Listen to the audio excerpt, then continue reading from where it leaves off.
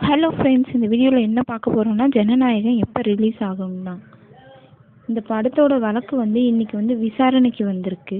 அதில் என்ன சொல்லியிருக்காங்கன்னா, ஜனநாயகம் படத்தில் ஜாதி தீண்டாமல் மத தீண்டாமல் மற்றொரு கட்சியோட கொடி இதெல்லாம் யூஸ் பண்ணியிருக்காங்க அப்படின்ட்டு சொல்லியிருக்காங்க.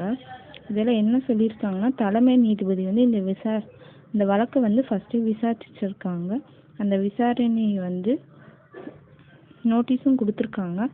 இப்போ அந்த நோட்டீஸை ரத்து செஞ்சுட்டு இந்த வழக்கை தனி நீதிபதிக்கு கொடுத்து அந்த படத்தை மறு ஆய்வு செய்யணும், செஞ்சுட்டு அதுக்கு திருப்பி சர்டிஃபிகேட் தரணும் அப்படின்னு சொல்லியிருக்காங்க. இதால் இந்த படம் ரிலீஸ் ஆகிறது இன்னும் தள்ளி போகிறதுக்கு வாய்ப்பு இருக்குது.